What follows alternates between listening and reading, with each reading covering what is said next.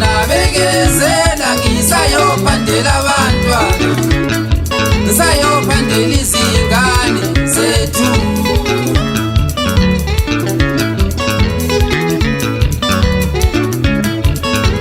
Nakabantwana bekezela ngisayophandela abantwana, ngisayophandela izingane zethu.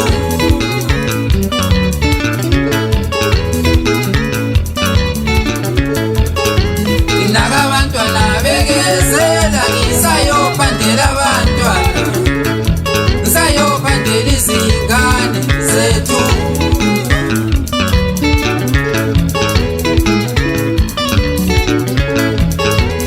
Akukho kuzakalula empilweni, akukho kuzakalula empilweni.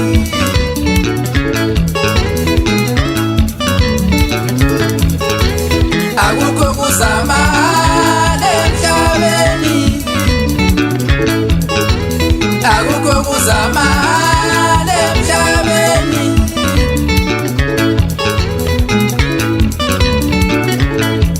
Ngoba impilo yabantu aba ayingeke ihlale injena, ayingeke ihlale injena, ayingeke ihlale injena, ayingeke ihlale injena.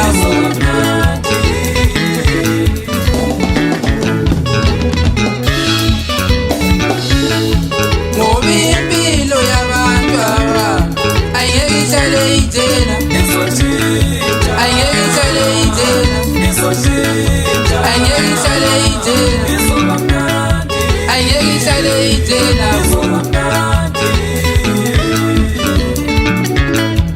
Ngoba impilo yabantu aba ayingeke ihlale injena, ayingeke ihlale injena, ayingeke ihlale injena, ayingeke ihlale injena.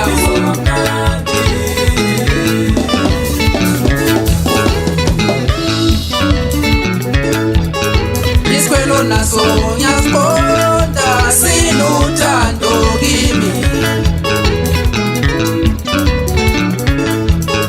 isikwelo naso ngiyasiqonda siluthando kimi,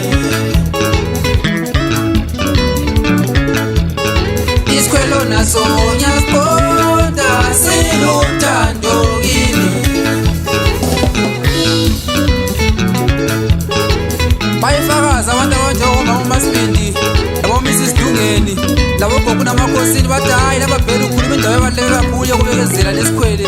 Uyibona imizi yabo isho omkhulu labo babeni milinje, yikho ukubekezela mntanami. Bayifakaza abafowethu abafana nabo Vibyoni labo Clevo mfaka amadinjakhuluva bephansi endaweni yaseLupani bathi hayi lababheli hayi mfanami uzele indawo ebaluleke kakhulu thawunqo.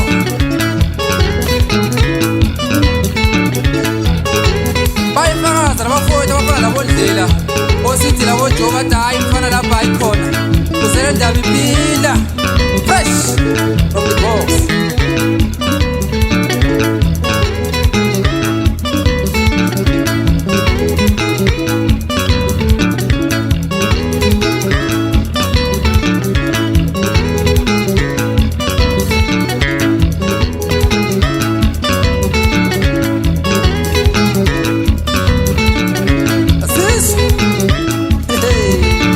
Easy, no,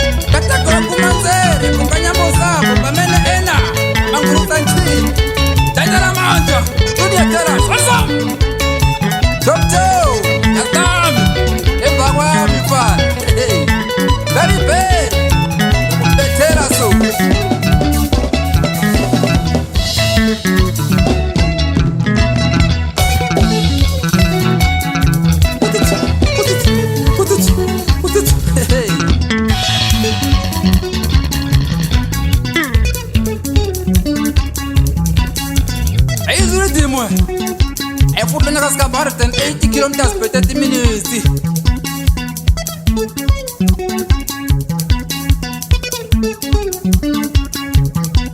Kamba ngazi isivinini sendizelo phephe emhlani madu.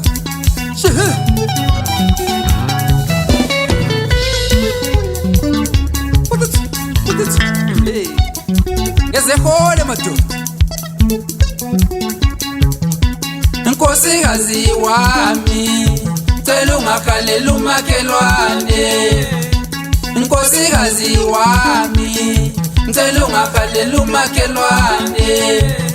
Nkosikazi wami cela ungakhalela umakhelwane. Elizibhithile khona masengithayela umama wethu. Ayifuthi yajabula unkosikazi uthi hayi mkami lapha ukhuluma indawo ebaluleke kakhulu.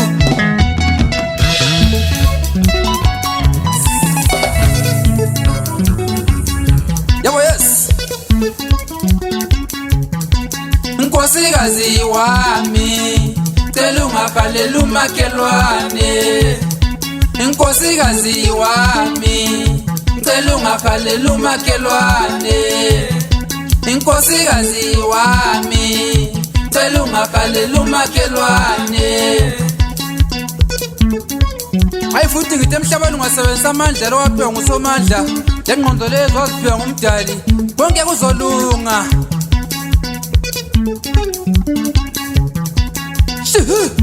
Asikhale madoda yize thina zedala lo nyaka.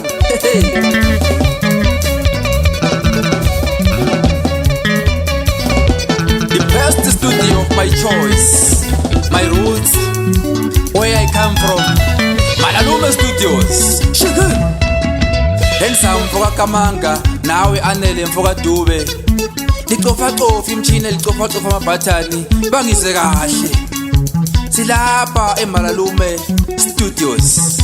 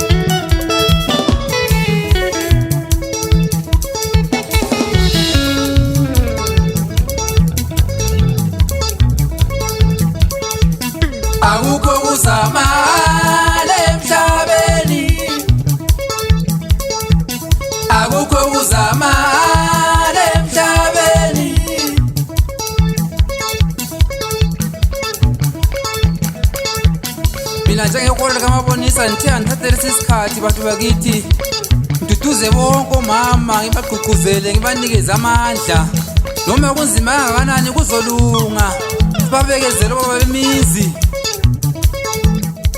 singapheli inhliziyo wiso ayi futhi bayajabula mama kuzo zonke indawo mase siyigida le ngoma madoda hey eish yabo yes mama bonke phambili viva mama viva viva mama viva shihu azgale madoda